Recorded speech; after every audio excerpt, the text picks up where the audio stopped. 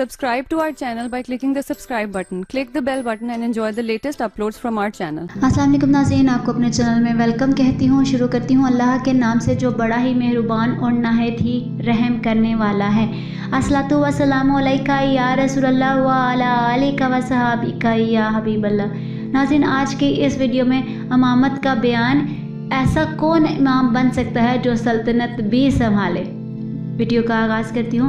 मुसलमानों के लिए एक ऐसा इमाम ज़रूरी है जो उनमें शरअ के हकाम जारी करे, हदें कायम करे, लश्कर तरतीब दे, सदकात वसूल करे, चोरों लुटेरों हमलावरों को मगलूब यानी काबू करे, जुमा और ईदैन कायम करे, मुसलमानों के झगड़े काटे, हकूक़ पर जो गवाहियाँ कायम हों वो कबूल करे, इन बेकस यतीमों के निकाह करे जिनके वली ना रहे हों, और उनके सिवा वो काम अंजाम दे जिनको हर एक आदमी अंजाम नहीं दे सकता। इमाम के लिए ज़रूरी है कि वो ज़ाहिर हो, छुपा हुआ ना हो, वरना वो काम अंजाम ना दे सकेगा जिनके लिए इमाम की ज़रूरत है।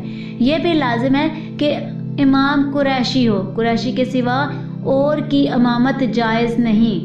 इमाम के लिए ज़रूरी है कि मुसलमान मर्द आज़ाद हो, आकिल और बालिग, और अपनी राय तदबीर शौकत और क़ुव्वत से मुसलमानों के अमूर में तसर्रुफ़ यानी दखल कर सकता हो, यानी साहिब सियासत हो, और अपने इल्म, अदल और शुजाअत और बहादुरी से हकाम नाफिज करने और दारुल इस्लाम के हदूद यानी सरहदों की हिफाजत और ज़ालिम और मज़लूम के इंसाफ पर कादिर हो।